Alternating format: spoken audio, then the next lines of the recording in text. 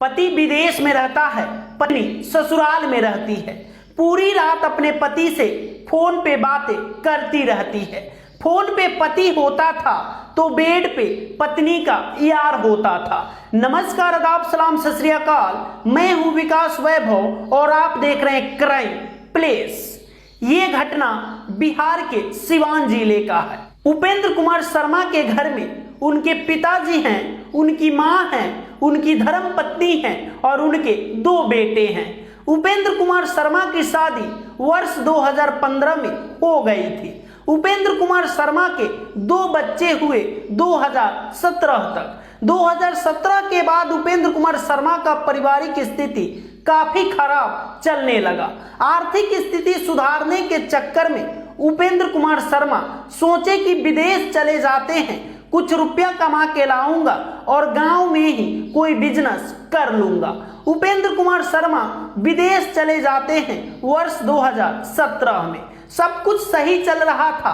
पत्नी भी अपने पति से काफी खुश थी। घर में पिताजी तो थे ही कोई काम करने के लिए, लेकिन उनकी पत्नी कोई काम के लिए आसपास के लोगों को भी बोल देती थी। लोग भी उनके काम को कर देते थे क्योंकि पता था उन्हें कि इनके पति विदेश हैं और इनके ससुर जी काफी बुजुर्ग हो चुके हैं। इसीलिए लोग दया की भाव से उनके कोई भी काम को कर देते थे। उसी सिलसिले में दोस्ती हो जाती है पास के ही एक युवक से। युवक भी शादीशुदा था, उसके बावजूद भी उपेंद्र की पत्नी से उसकी नजदीकियां बढ़ने लगी।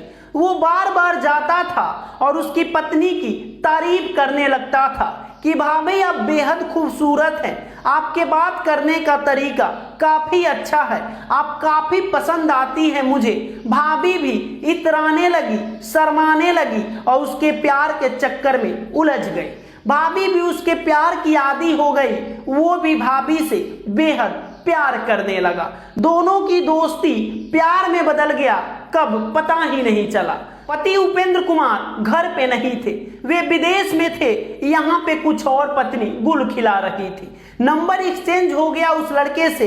पूरी रात बात भी होने लगी, दिन में भी जब टाइम मिलता था तब उससे बात हो जाती थी। बातों का सिलसिला जारी रहा। उसके बाद आता है मिलने का सिलसिला। रात में पत्नी अपने यार को अपने कमरे में बुला लेती है, दरवाजा बंद कर देती है और अपने पति के पास फोन लगा देती है। पूरी रात पति से फोन पे बातें करती है और पूरी रात यार उसके पत्नी के साथ शारीरिक संबंध बनाते रहता है। ये सिलसिला लगभग कई सालों तक चलता रहा।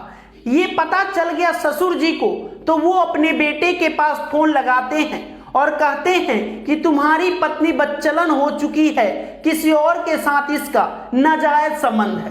बेटा पिता के बात पे विश्वास नहीं कर पाता था क्योंकि वो बोलता था पूरी रात तो मेरी पत्नी मुझसे बातें करती है और पिताजी बोल रहे हैं कि रात में किसी और के साथ सोती है। लगता है पिताजी का दिमाग खराब हो गया है, पिताजी सेठिया आ गए हैं। लेकिन क्या पता था कि रात में फोन पे तो मैं होता हूं, लेकिन बेड पे उसका यार होता है।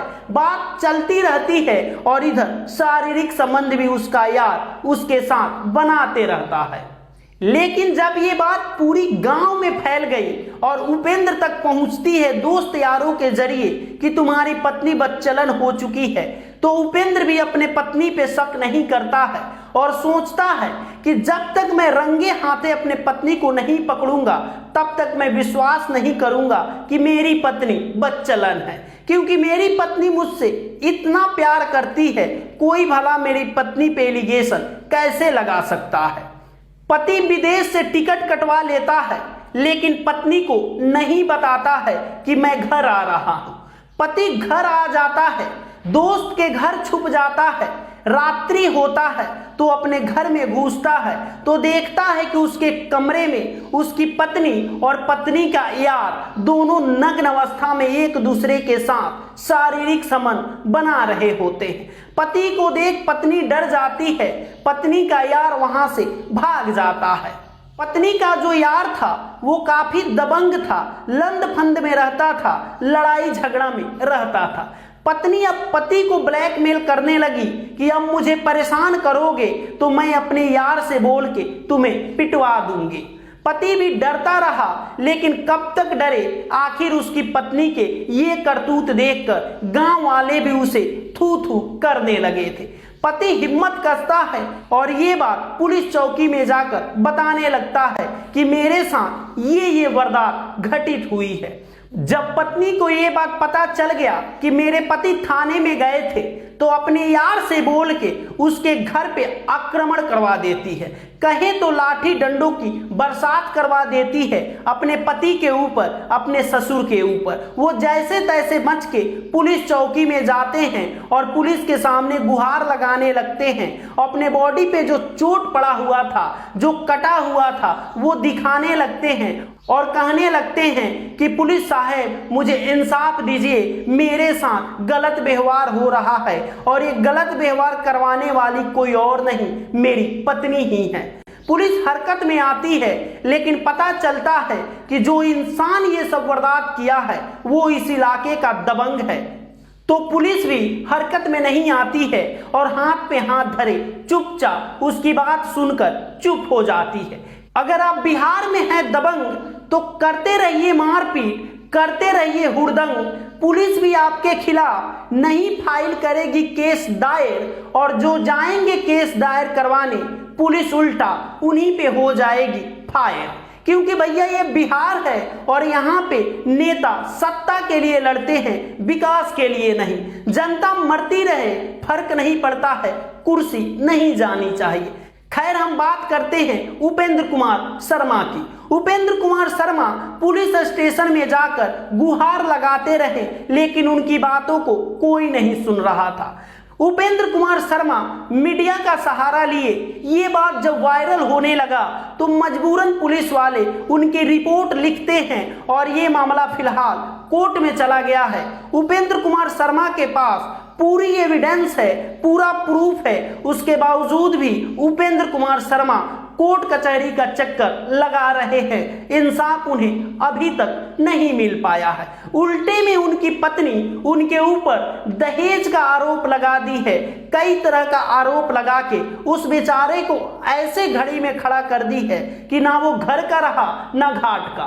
परिवार भी नहीं बच पाया और कोर्ट कचहरी का चक्कर लगाते लगाते जितना पैसा उसके पास बचा था वो भी खर्च हो गया। उपेंद्र कुमार शर्मा जब विदेश में जॉब कर रहे थे तो वहां से जो भी पैसे भेजते थे उनकी पत्नी वो पैसों का गलत इस्तेमाल करती थी, अपने यार को देती थी। यार ट्रैक्टर खरीद लेता है। यार और उसकी पत्नी दोनों जाते हैं शहर में, होटल में रुकते हैं।